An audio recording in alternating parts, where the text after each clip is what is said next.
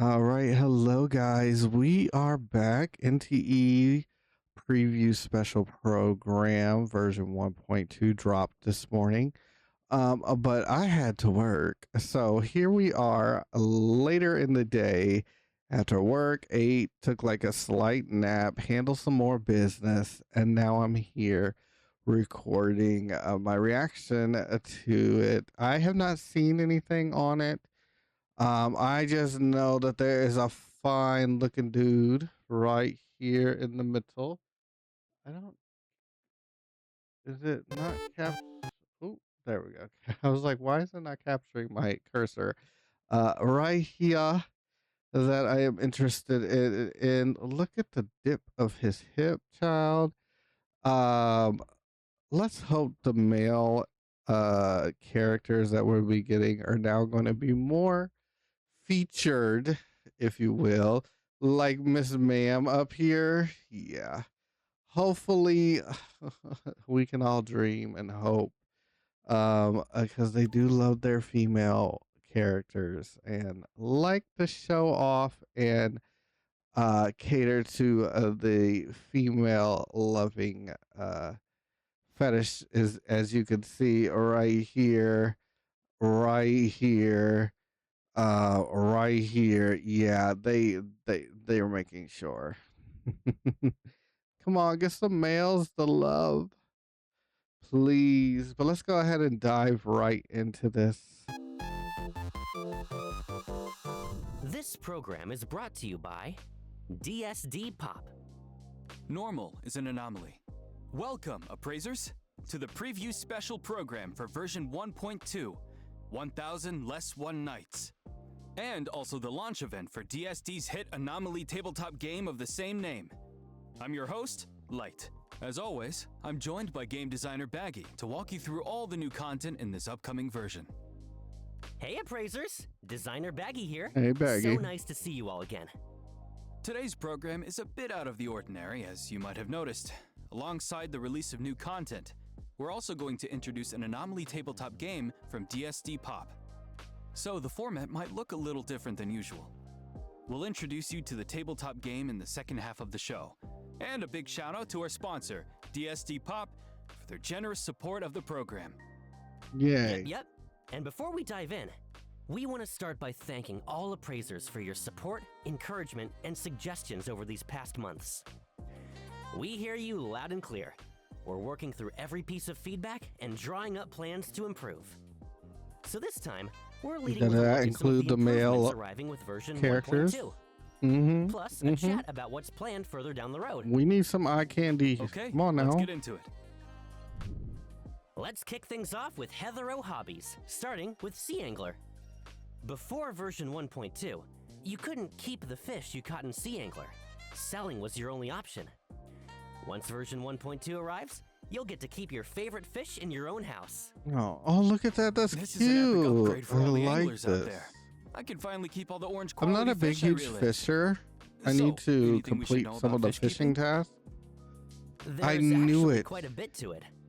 This First of shop, all, you'll when need I a was fish playing tank. the Different the tank sizes beta, hold different numbers of fish. I was like, and they come we're in two able types, to buy fish. We're freshwater gonna have and to be. saltwater. A newly purchased tank starts as freshwater, and you can switch it to saltwater later. You'll also want to adjust the tank's temperature and pH to give your fish a comfortable place to live. And I'm guessing Oh, we've got to factor in interesting. how different fish like to live. Yes, that's a big factor too. Some fish need a tank all to themselves, while others do fine in a community. So watch the mix of So like species in in real each life. tank. Got it. And of course, remember to feed them on time.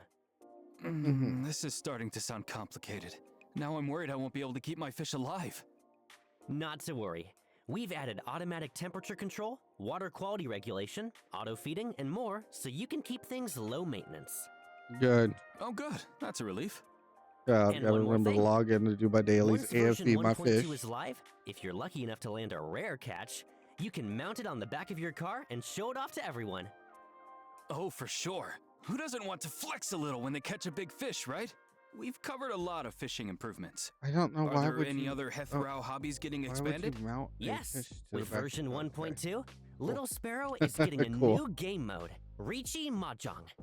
It's a more defensive, more competitive style of mahjong, built around the Riichi Declaration as its core offensive weapon. We'll go over the basic rules in a later segment. Once version 1.2 is live, you can invite friends to a round of Riichi Mahjong at the Maid Cafe or in any house with a mahjong table. And of course, the existing mode, Mahjong Inferno, isn't going anywhere. Sadly, the lazy decorator that I am, I still haven't finished my house, so no mahjong table for me. Perfect timing, actually, because I'm about to introduce the cure for decorating headaches. Oh, because I haven't decorated my house either. We're also launching the Decor Blueprint feature. Appraisers can save their designs as blueprint codes and share their work on Bagel. You can grab the codes shared by other appraisers and furnish your house in one tap.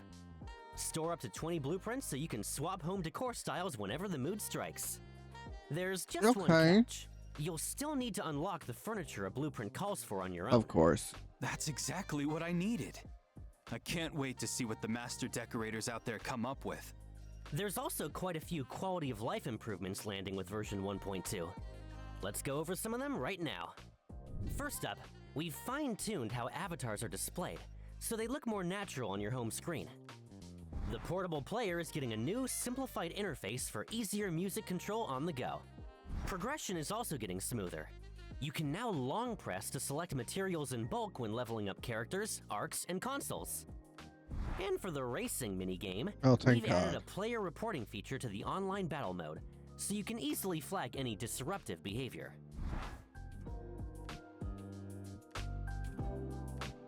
Oh, they redesigned their outfits. Okay.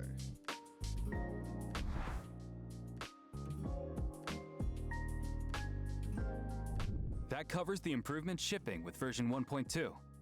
Ready to take a peek further into the future? You bet! As always, we have some fresh character model updates to show off. First up is Linko from ETD6, who we first met in the Debt Collector storyline back in version 1.0. I love Linko. I can't wait. And as a bonus, we're also giving everyone a sneak peek at another ETD6 member. Wait, Elms? Isn't she the lieutenant of ETD6? She looks completely different from the last time we saw her. And what's with the question mark after her name? You'll have to wait for a future update to find out her story. Oh, come on. Stop teasing us. Have you got anything else on characters? Of course. Let's jump straight into the version 1.2 new character showcase.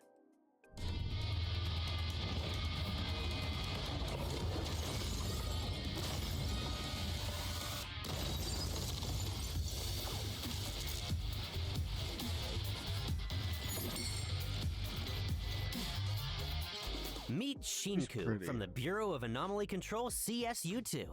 She's an icy but decisive operative who keeps everyone at arm's length. Her Esper ability awakened when she was young, and she trained under her mentor from CSU-9 at one of the Bureau's branch offices. Recently, she got reassigned to the Bureau headquarters here in Heathrow, making her Mint's newest teammate. She definitely gives off that keep your distance vibe, huh? Almost the polar opposite of our bright and bubbly Mint. In everyday life, she can seem a little hard to approach. But when out on a mission, Shinku proves herself dependable far beyond her years. She's always the first to charge into danger and shield her teammates. She's really cute. I like her design. That's just how this awkward dragon girl protects the people she cares about. As for social skills, well, she might need a little more time to find her footing there. But now that she's surrounded by such a colorful bunch of teammates, who knows? Maybe that icy heart is already starting to thaw. One look at her and you know she hits like a truck. Okay, now I have to know what her powers are. Shinku's Esper attribute is Cosmos, and she's a master of hand-to-hand combat. Her combat prowess let her hit the ground running when she first joined the Bureau. But the rampages caused by her lack of control are a problem she urgently needs to solve. Oh? Rampages? Care to elaborate? Of course. Shinku's combat mechanics are pretty special.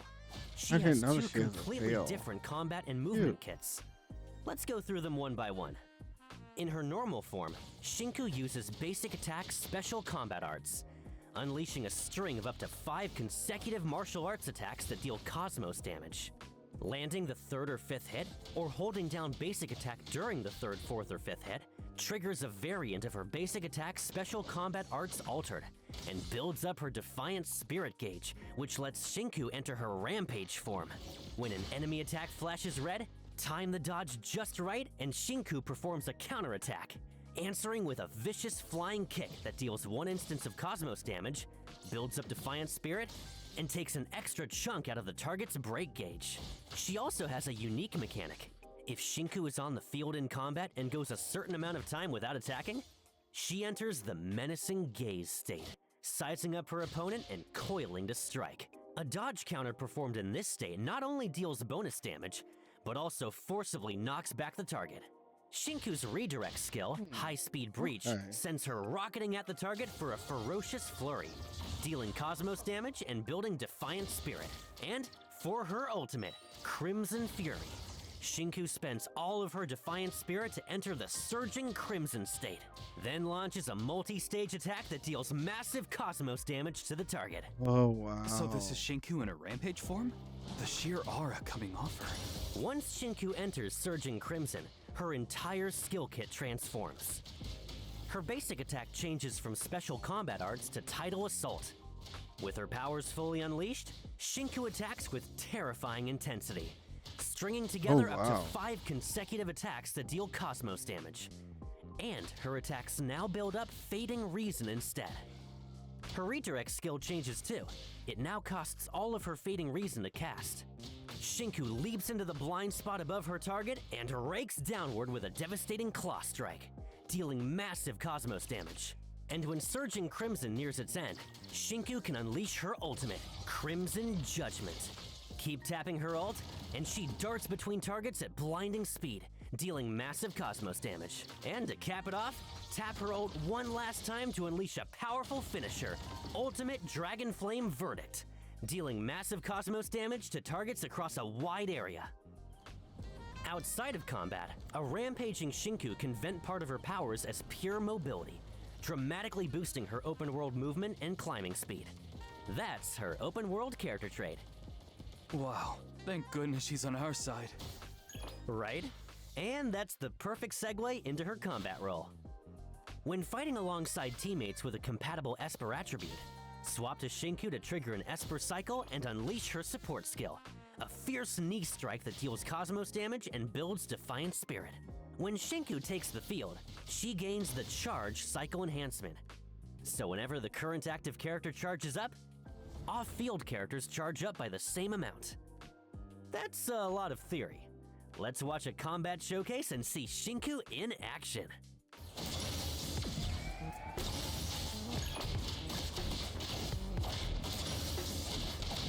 I do like her battle style. I'm not a huge fan of hand-to-hand combat, but I don't know. I might have to pull for her, guys, 'cause I do like her alt form. It looks really cool.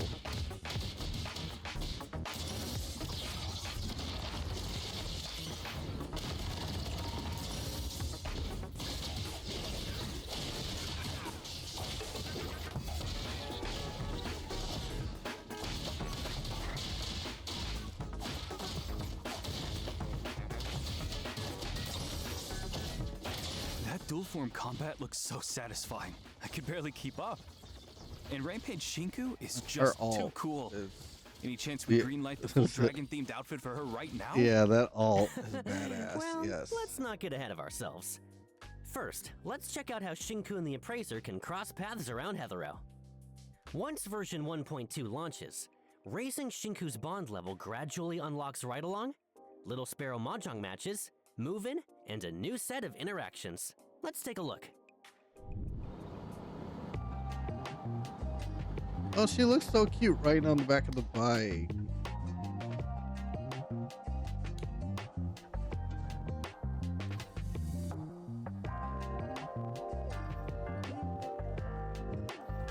Her move-in outfit is adorable. Oh.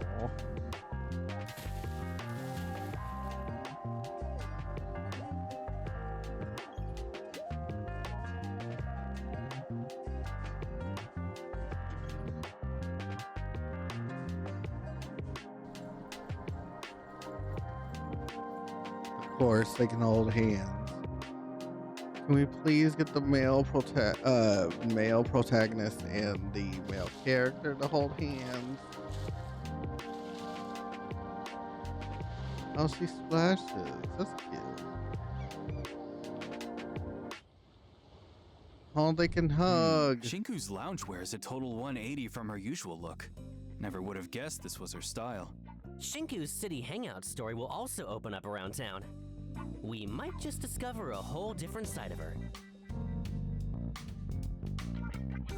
Of course, she's gonna love us.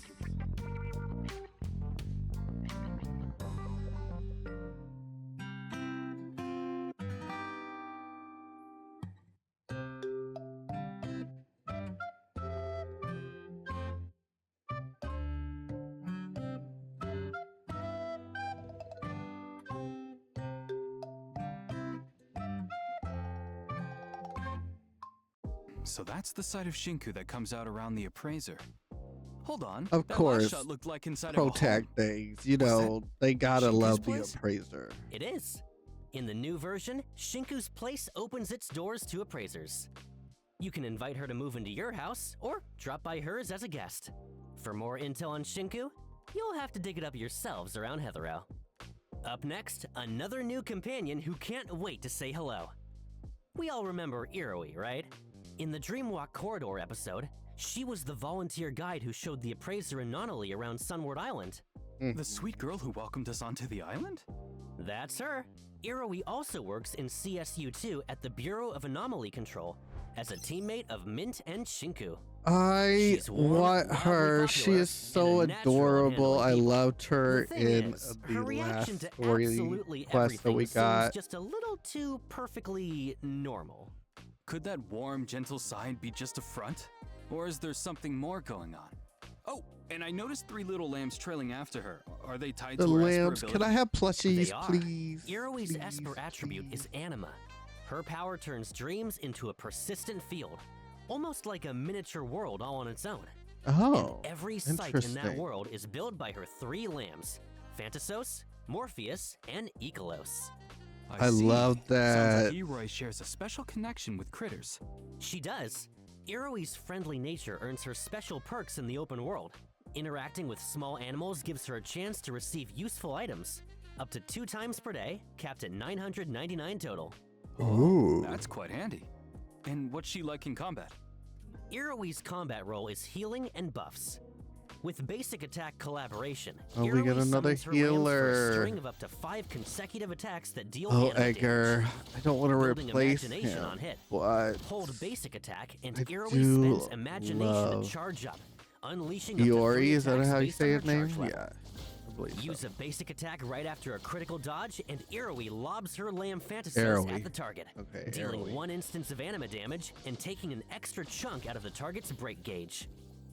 Her redirect skill has 2 branches. Tap to send the lambs in for individual attacks and build imagination. Press and hold to weave a dreamy illusion that puts 3 teammates into the regression state to assist in battle. Can you break down this regression state for us? Of course, it's a special state where characters become invincible and are replaced by Iroi's 3 lambs, Morpheus, Ikelos, and Phantasos, who also inherit part of Iroi's offensive stats. Beyond the method I just mentioned, while Iroi is in the team and in combat, any teammate who falls will also enter regression. When Iroi casts her ultimate, the gates of dreams swing open. If her imagination hasn't reached the required threshold, she opens the dream of the Horned Gate, providing continuous healing to the Oh, whole that's team. cute. If her imagination has reached the threshold, she opens the dream of the Ivory Gate instead, continuously damaging all enemies caught inside while it lasts. While the dream of the Ivory Gate is active, swapping to a character in regression resurrects them and restores a portion of their HP. The dream continuously drains imagination, and once it's all spent, the dream ends and resurrected characters return to regression. When fighting alongside teammates with a compatible Esper attribute, switch to Iroi to unleash her support skill. She scoops up Morpheus and charges forward, dealing 1 instance of anima damage, healing all allied characters, and building imagination. She also grants an extra enhancement to the Blossom cycle. When the first Vitabud disappears, a duplicate Vitabud grows in its place. Let's roll some combat footage so you can get a feel for how she plays.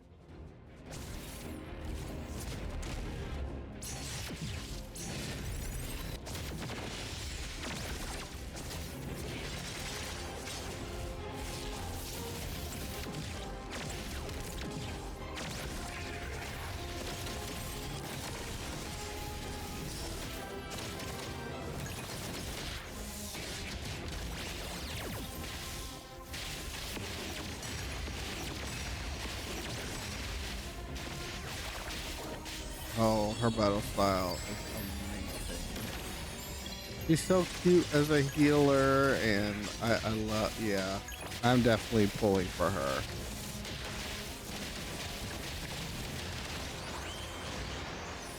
Hey, Nonly. Oh, Iroy fighting alongside her three lambs is Iroy. just so wholesome. We'll get to hang out with her around the city too, right? Of course. And here's a sneak peek. Oh, look at this, so cute. It brings her guitar.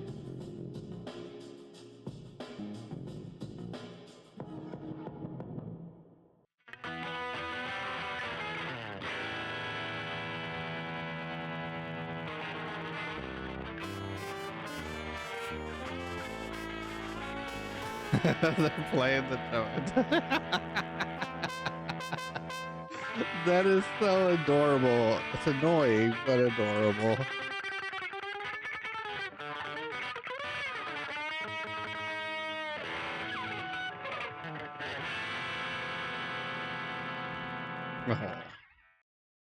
Ugh, the wait is killing me. It's going to feel like centuries before we get to meet Shinku and Iroy. They'll be showing up in the main story too, right? And what about the whole Scarlet Letter situation from before? Hang tight. I'm about to fill everyone in. In version 1.1, we've once again crossed paths with the Scarlet Letter in the Corridor of Echoes, and the leader of this criminal organization finally stepped out of the shadows. At the end of that episode, having made off with the Helm of Theseus, the Scarlet Letter seems to be plotting something even bigger. All this snatching up of precious anomalies seems to be in service of some mysterious game. But what I'm sure everyone cares about most is Daffodil's departure and how Nonali is doing. I completely understand how everyone feels. The Bureau of Anomaly Control is already taking action to stop the Scarlet Letter and to wake Nonali and the Dreamwalkers from the Corridor of Echoes. And Hotori, who never meant to drag the rest of Abon into this, will finally open up to the Appraiser about what's really going on. Finally. Rest assured, everyone, Abon is still the same Abon. Nonali is sure to come back safe and sound. And the chaos the Scarlet Letter has stirred up is headed for its finale. That's a real relief to hear. Here's hoping we get to see the Appraiser's moment to shine in the final showdown. The final showdown with the Scarlet Letter is exactly what the dev team is polishing hardest right now. In fact, ever since launch, we've received a great deal of feedback on story presentation, content pacing, and more. Thanks again, Appraisers, for your patience and suggestions. We've been folding that feedback into how we build upcoming content to deliver more spectacular scenes and stories that feel just right. We're planning to bring the finale of Episode 1, The Scarlet Letter, to the main storyline in version 1.3. Oh? Then what kind of new story is coming in version 1.2? Version 1.2 slots in a more light-hearted story set after the Scarlet Letter incident wraps up and everyone settles back into daily life. Along the way, we'll make some new friends too. So it's a story set a little later on the timeline. Yes, one day after the dust is settled, Mint pulls every string she can to snag a wildly popular tabletop game bundle. She invites the Appraiser over, hoping a game night will break the ice with CSU2's new arrivals, and introduce the Appraiser to some new friends while she's at it. And that game is none other than DSD Pop's hit anomaly tabletop game, 1000 Less One Nights, which just released a collector's edition. Coming up next is the main event of today's show, DSD's big launch reveal. We'll need a moment to set up our props and scripts. While we do, Appraisers, take this chance to jot down the first redeem code. We'll take a short break and be right back. All right. Well, I already got the code earlier, but for anybody that tries to put it in after June 29th, unfortunately, the code is expired. But pausing just so you can take it down in case you're watching this stream. But the code is usually people post it on Twitter, and in the Discord server, But just in case, let's go ahead and a few more seconds, and then we'll move on. It's a gorgeous artwork.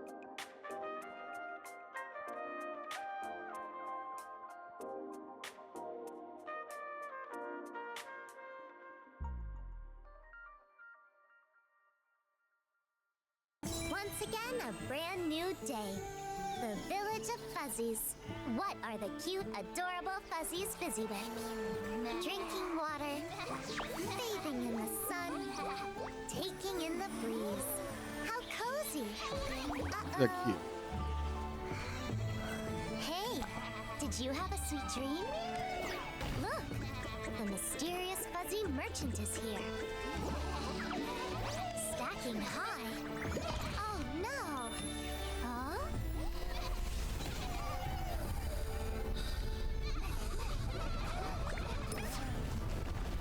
Seems like we have a guest. Oh, look at the outfits. That's so cute. Kind of looks like Skyrim.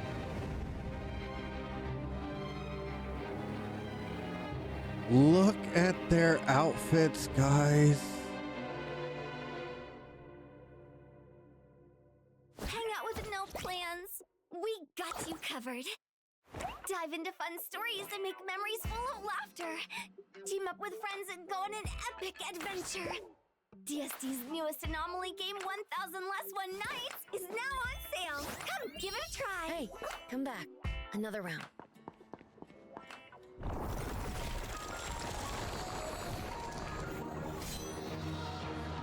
1001 less. These outfits are freaking adorable. I love it. And it's not another TCG game. Thank you so much, NTE and Koida. So happy that it's not a TCG game. Well, I should still consider. This might just be the cinematic reveal. Oh, but these are amazing. These outfits. Look at her outfit. It is stunning.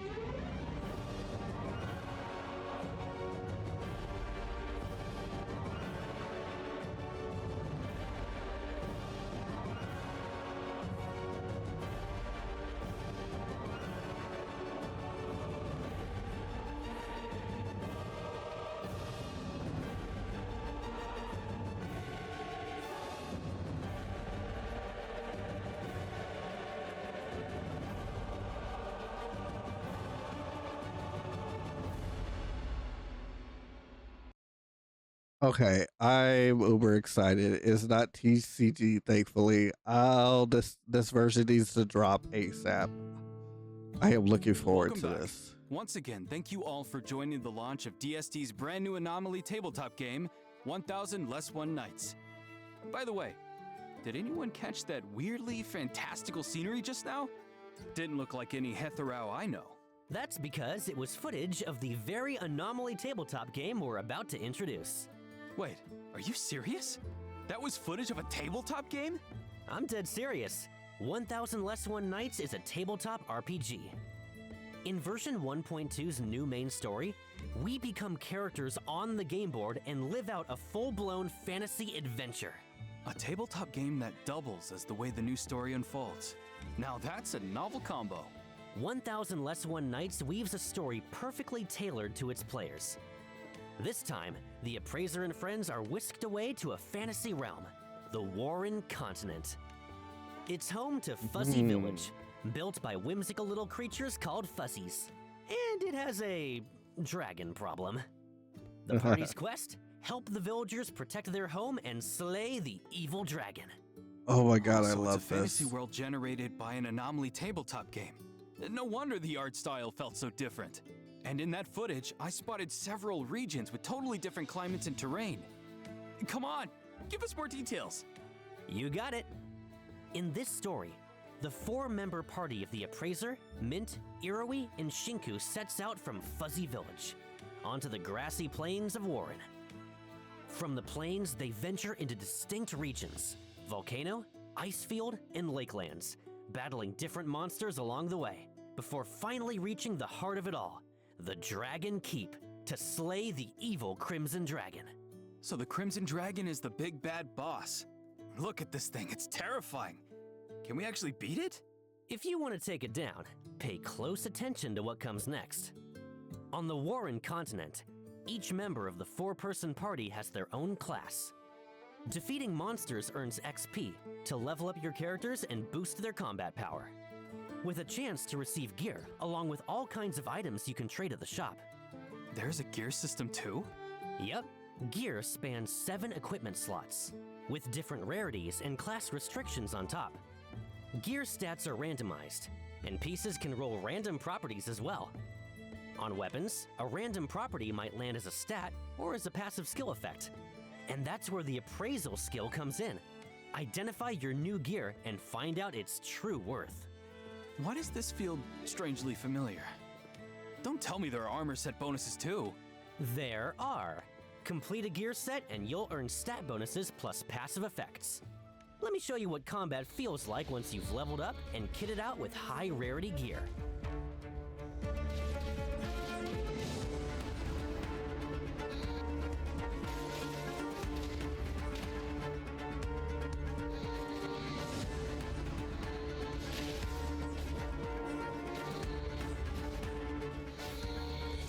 Oh, that's the stuff. Mowing down hordes is so cathartic. On top of everything we've covered, the gear system has an even rarer category: accessories. Some accessories don't just boost your power, they come with effects you'd never see coming.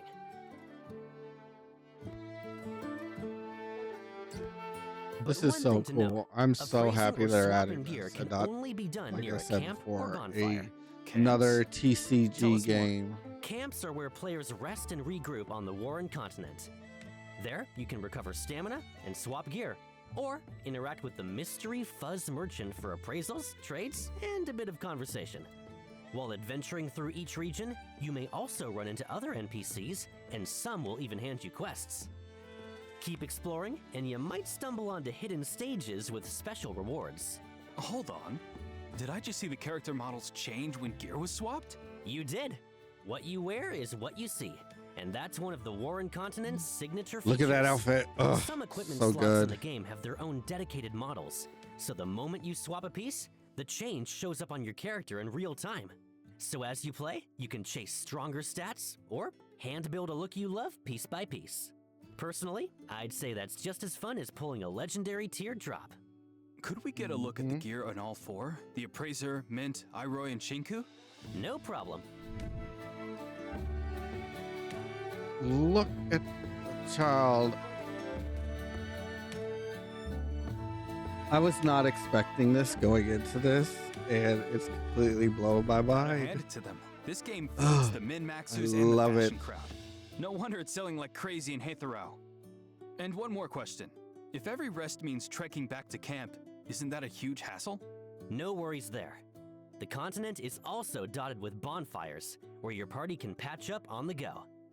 Instant stages have rest points as well, so you're never far from a quick breather. I can tell this tabletop game is packed with things to do. But at the end of the day, everything you experience stays inside the game world. That feels like a bit of a shame. If we could take those gear sets out of the game and wear them around Hathorau, I wouldn't say no to that. I do it. First off, you're right. Conquering the Warren continent is no quick jaunt, so this mode will be permanently available. You can take on the challenge whenever you have time, and save and quit at any point. And after your first clear, the game is fully replayable. Later Nice. playthroughs unlock previously unreachable regions and new quests. And higher tier gear drops for you to appraise. Keep an eye out for that. Second, playing the 1000 Less One Nights tabletop game earns you the event token Mystery Buttons, which you can spend on select items. The event shop stays open long term and is accessible anytime through the event page. Back to my question then. Can we bring the RPG gear into Hathorau or not? Please. You absolutely can. Yes. The event shop lets you exchange for Yes, select yes, yes. in-game gear as outfits, wearable right in Hathorau. And since we're on the subject, let's get into the new outfits for this version.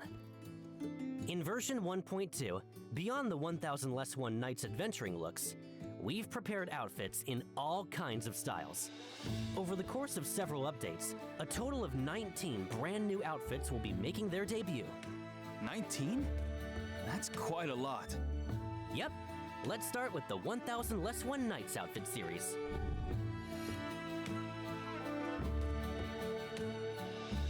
Oh, this is cute because I like the purple. Obviously, my aesthetic, but I love it. The female one looks so badass.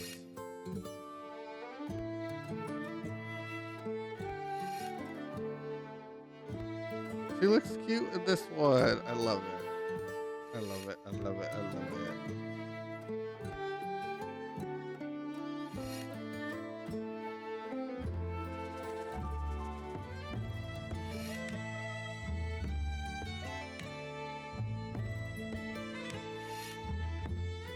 Her Dreamweaver outfit looks Some of the outfits in adorable. this series can be exchanged using mystery buttons in the event shop we just mentioned.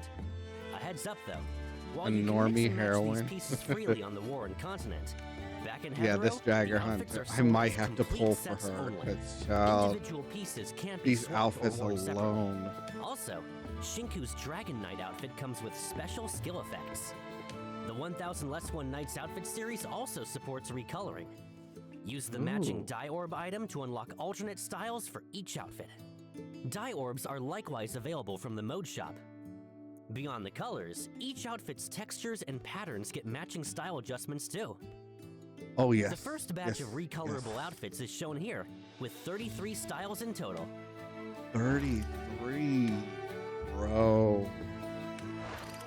More outfit styles are in development and coming soon in future updates. Yes. I'm so looking forward to that. Oh, the red and Now black going back to outfit. version 1.2, Good. what other outfits are we getting? Plenty. Shinku and Iroi are each getting brand new city wear, plus breezy summer outfits. Let's take a look.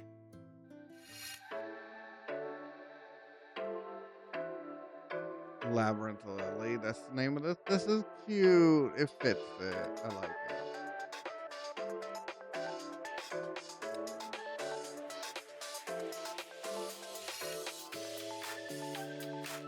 Oh, her student outfit looks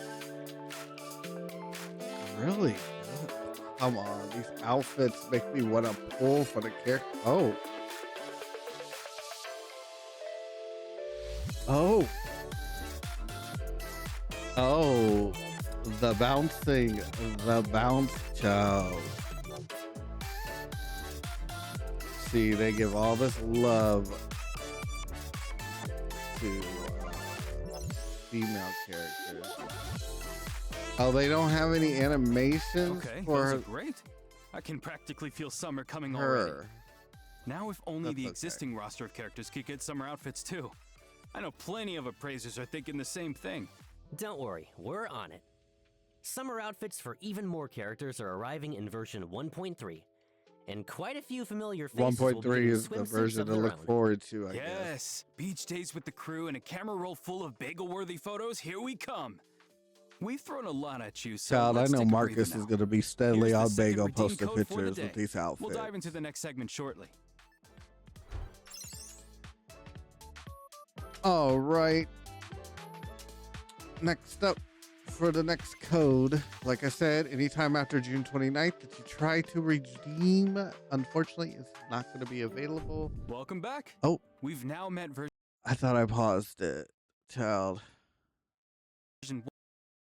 Oops. I forgot you can't rewind like that when you're in.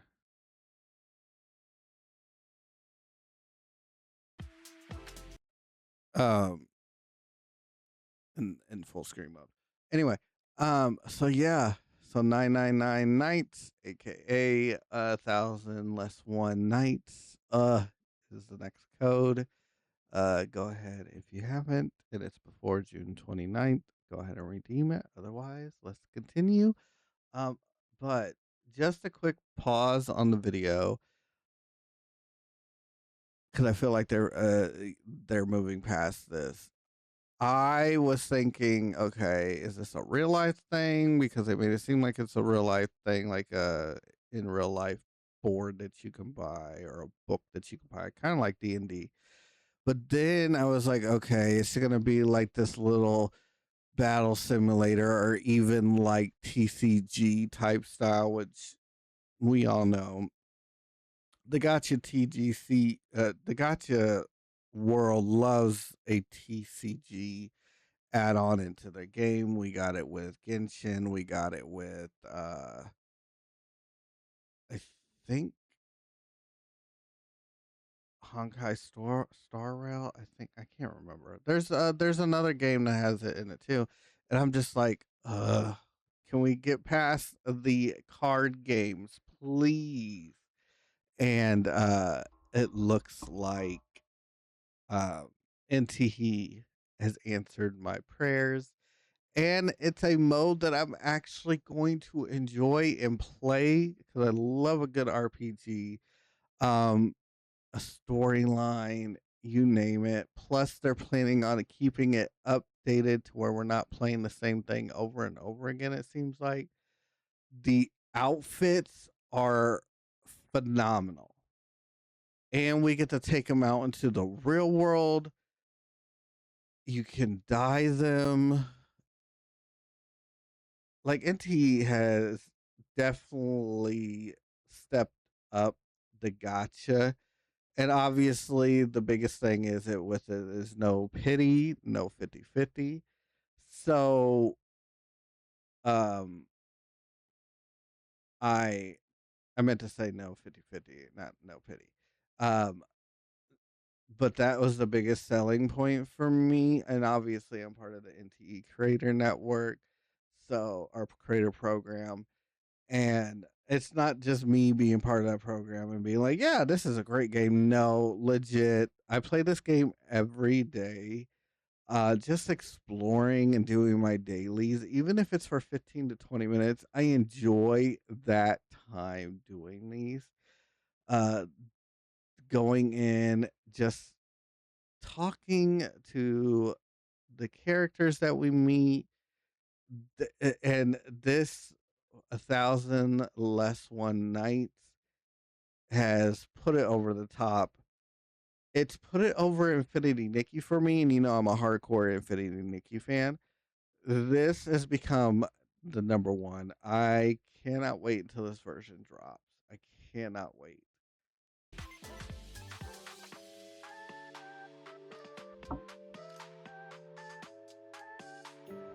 Welcome back!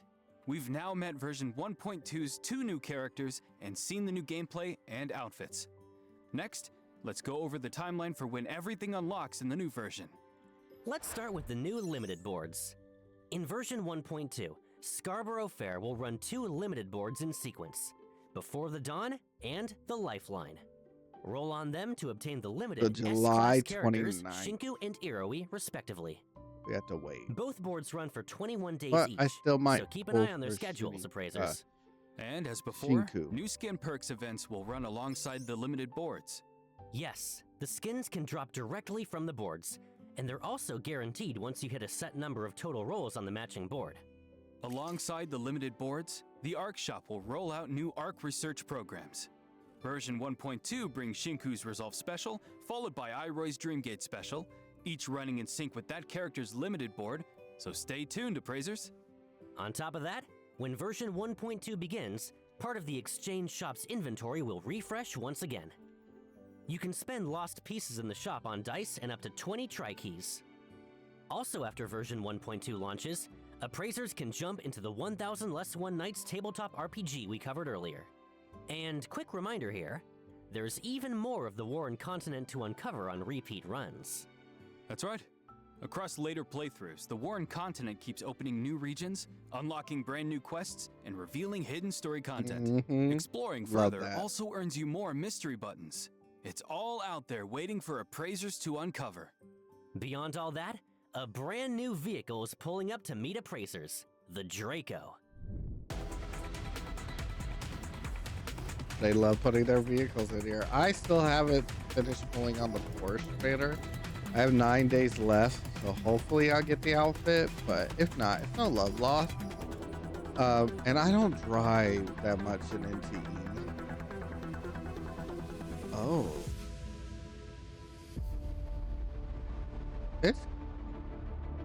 It's cute. I like it. It's cute. Does that mean I'm gonna drive it? Probably not, but it looks really sleek. I like it. Can it become in purple though?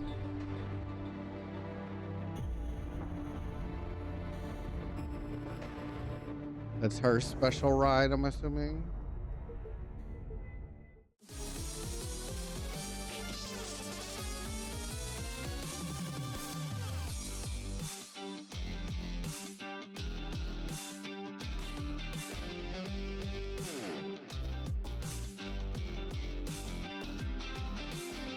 It does have her name on the side.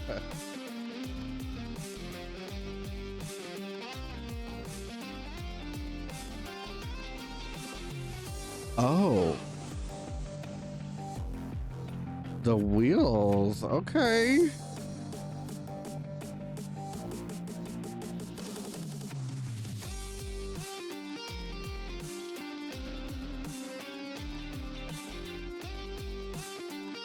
The vehicle looks nice, y'all. Okay. See, this is it. The NTE is just changing everything about me. I don't care about vehicles, but come on now. Like this is actually, yeah, okay. Come on, NTE, just keep feeding me. I am steadily hungry, and you are just keep on feeding me. Nothing like a traditional motorcycle. It can strafe sideways, and while riding, you can even make the whole frame lift clear off the ground. That has to be Hetherow's first fantasy-themed vehicle. Imagine the looks you get cruising around on that thing. There's more. Shinku can ride the Draco too, not just the appraiser. And the Draco has a special synergy with Shinku's Dragon Knight outfit. When she rides it wearing that outfit, the Draco takes on a special look while on the move. That wraps the new outfits and vehicle. Next up, the events arriving in version 1.2. Yes, the first event on the list is called Going, Going, Gone. Judging by the name, this is some kind of auction event? You're half right. In Going, Going, Gone, you'll head to auctions of all tiers and sizes alongside other appraisers, relying on your own keen eye or a little help from your companions to win valuable collectibles when the gavel falls. Appraising collectibles? Appraisers finally get to do their actual job. What did you mean by a little help from your companions? In this mode, appraisers can invite character companions to join them at the auction, and each one lends a hand from a different angle. Every lot up for auction differs in type, value, size, and so on.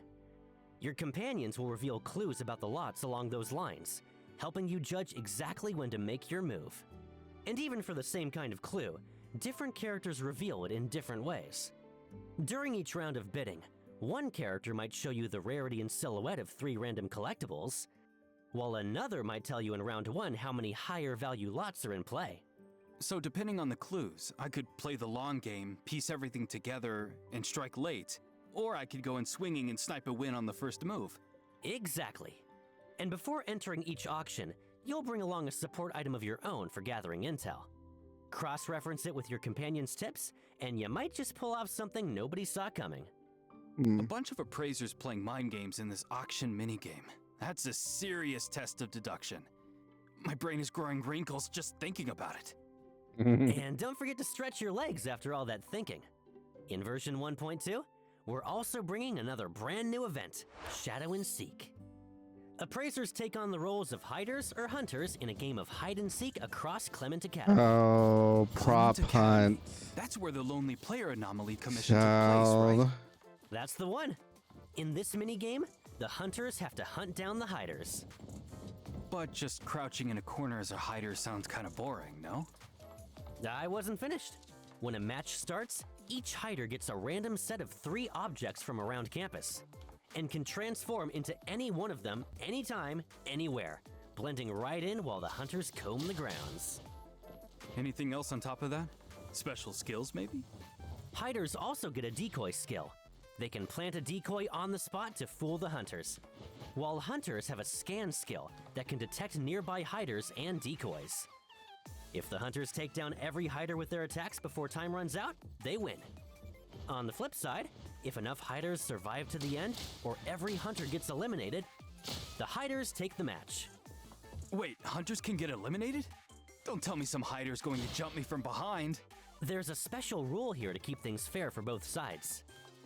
If a hunter attacks a target that turns out not to be a hider, they lose some HP. Don't worry, hunters get a generous pool of HP. The whole point of this rule is to stop hunters from finding hiders by spam tagging everything in sight and getting lucky. Got it. For the full rules, everyone, check the event details once the new version goes live. Okay, Version this 1.2 this also might be launches fun. an all-new minigame, Fishing Frenzy. Oh, During the event, now head to y'all the know I fishing don't like spots and fishing, use harpoons, but nets, and if we get our throwables own to haul in massive aquarium, catches and level you up. know, that might Now change we're talking. a little bit. Leveling up the event earns you rewards plus catch points, which unlock new skills for an I'll even leave more the fishing up satisfying to fishing Zeddy experience. Chaos. This is gonna be such a stress reliever. We'll see about that. Also, as mentioned earlier, we're adding a new Mahjong mode to the Heathrow Hobbies permanent lineup, Reachy Mahjong. To help appraisers get up to speed, Baggy, could you give everyone a quick rundown of the rules? Unlike in Mahjong Inferno, a round of Reachy Mahjong ends as soon as one player completes a winning hand. And winning takes more than just assembling a basic winning shape. Your hand also needs to meet certain conditions. Generally speaking, the more conditions you meet, and the harder they are to assemble, the more points your winning hand scores. For example, one of the most common ways to win is all simples, building a winning hand using no terminal or honor tiles at all. But here's the signature of Reachy Mahjong. When your hand is fully concealed and just one tile from winning, you can stake some points as a wager and declare it to the whole table, locking in your hand. That declaration is called Reachy. Win after declaring, and you reclaim your wager, plus a boost to your winning score. Fall short, and that wager is gone for good. Declaring Ricci to fish for a big hand, are we? All simples. Your wager's mine now. We'll spare you the deeper terminology.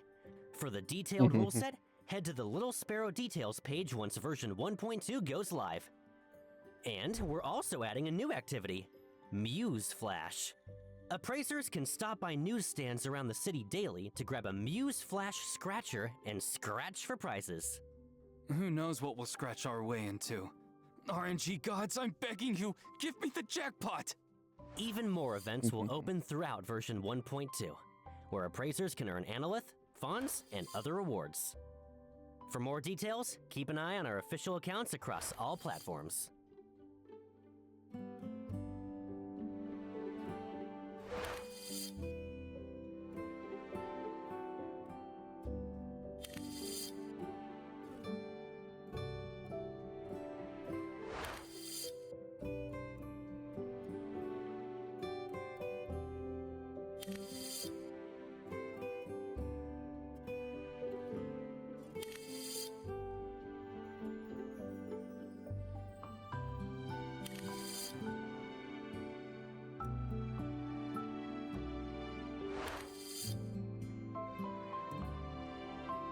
These are all the events that they have Up lined next up. is today's third redeem code. We'll see you in a bit. All right. And here is the final redeem code. Like I said before, June 29th. Anything past that date, these codes are not available. So go ahead, if you're watching this and it's before then, go ahead and get it, redeem it. Love these event codes just because they give you extras, analysts, and yeah, those will be good because I'll be on the board a lot as soon as I get some. Even though I've been saving them for chaos, and obviously, if you saw my pulling session of chaos, he did come home. Zeddy Chaos graced me with his presence. But now I gotta decide if I want Shiniku or Iroy. I really want Iroy, but Shiniku is one I'm on the fence about. So we shall see. You'll have to stay tuned until the pulling sessions when I upload them. Let us continue.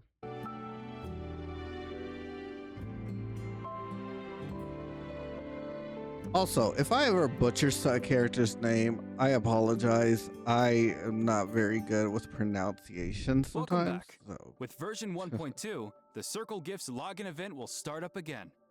After the update, log in for 7 days to claim up to Love 10 the Circle solid Gifts. dice. Don't miss out, appraisers. Also, appraisers who create a character and unlock the mail feature before the end of version 1.2 will receive one S-Class standard character selection box sent via in-game mail. NTE is also about to I land am on some missing new 3 platforms. characters. On July 8th, NTE officially launches on Steam, the Epic Games Store, and the Samsung Galaxy Store. Oh, look. Pick whichever platform Something suits on you Steam, best y'all. and jump into the adventure. And Epic We'd love to Games. see even And I know more the Epic appraisers Games out has a exploring Heathrow discount with program, us. I believe. Beyond what's happening in-game, we've also got offline events and collabs underway. We're detecting Wartimer index fluctuations. A new coordinate just surfaced. Los Angeles Anime Expo. That's right, NTE is heading to AX 2026. From July 2nd to July 5th, come meet us where the anomalies converge. There's also the NTE and Beard Papa's collab running right now, all the way through July 13th. If you haven't dropped in yet, now's the time, appraisers. Big thanks to everyone who turned out for the Katie event.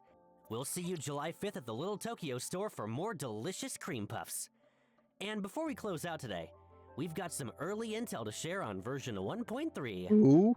As we mentioned before, the 1.3 story picks up the thread from 1.1 Dreamwalk Corridor and centers on the struggle against the Scarlet Letter. In the story so far, first, at the Abisu auction, the Scarlet Letter made off with the first branch, an anomaly said to offer a glimpse of the future. Then, from Renee, they took the eternal present, which can freeze the present moment. And finally, in the Corridor of Echoes, they claimed the Helm of Theseus, said to steer its holder back into the past. So past, present, and future As for what they have anomalies. planned next, that all unfolds in version 1.3. Also around version 1.3, we'll be kicking off breezy summer-themed events. Alongside the character swimsuits we mentioned earlier, you'll see even more vehicles arriving. Sounds pretty good so far. Got anything else for us, Baggy? Version 1.3 also introduces a brand new property, though the style is a little different this time. A build-your-own standalone house with a homier feel and a quiet, secluded atmosphere to enjoy. If that's your style, appraisers, don't miss it. It's never too early to start planning ahead. As for Heathrow hobbies, you can rest assured we'll keep adding depth to the mini-games you already love, while bringing fresh new activities, all to make your time in the city even more enjoyable. And above all, we hope to see all appraisers enjoying city life in NTE and making memories of your own in Heathrow. And that's a wrap on today's show. We'll see you next time. Bye-bye. Bye. Oh, guys, this was a good special program. It was. Obviously, you know, I'm uber excited for 1001 Nights. It's giving me all but a Skyrim. I miss playing Skyrim. I've been meaning to get back into it, but this is giving me all the holdover I need until I start doing that. And with it steadily updating expansions after you complete the story line quest in it, Like the outfits, the dyeing, just everything. I am so happy for this version release.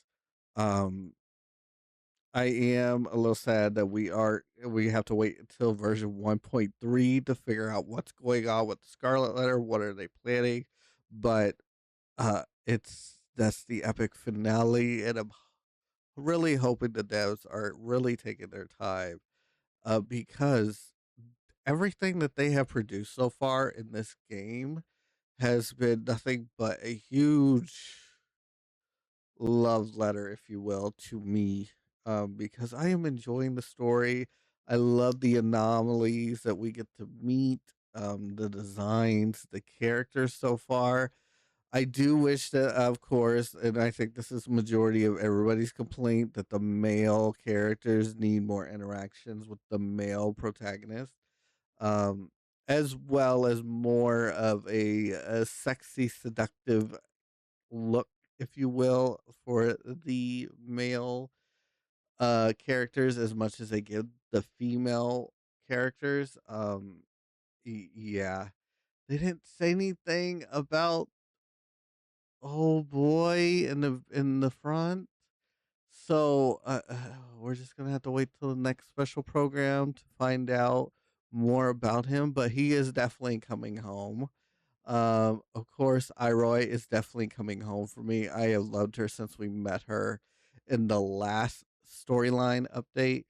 And yeah, I can't wait. And obviously, seeing Ku is still on the fence about, so we'll have to see. But of course, I am also happy that we get to see Mint a little bit more. I do enjoy Mint. She's very cute, and it would be exciting to see her flourish more, if you will, with uh, 1,000 Less One Nights. And obviously the zeros, the appraisers outfits that are coming scrumptious. Yes, of course. Um, but I believe that is everything. I don't think they're gonna reveal anything else. Nope, they're not. Oh no no no no no no no no no no no no no no. Be like, yeah, we don't need to see any animated horrors right now. That is my time when I relax. But yeah, thank you guys for so much for checking out my video, my reaction to NTE. I tried to be fair and honest about everything that involves this game. But I genuinely love it so far. I look forward to these special programs because it just builds up the hype for me even more. And yeah, like I said, I cannot wait, guys. I cannot wait. I will be streaming 1,000 Less One Night playthrough, definitely. And of course, I'll be doing the special storyline, the breather, if you will, um, that goes along with it. But it looks like we're definitely going to have to be looking forward to version 1.3 to drop. But until next time, with either a polling session with NTE or gameplay of NTE, uh, just you can find me here on YouTube or Twitch when I do stream. Um, and yeah, until next time, love and loyalty always and forever glitched. Have a good night, guys. Bye.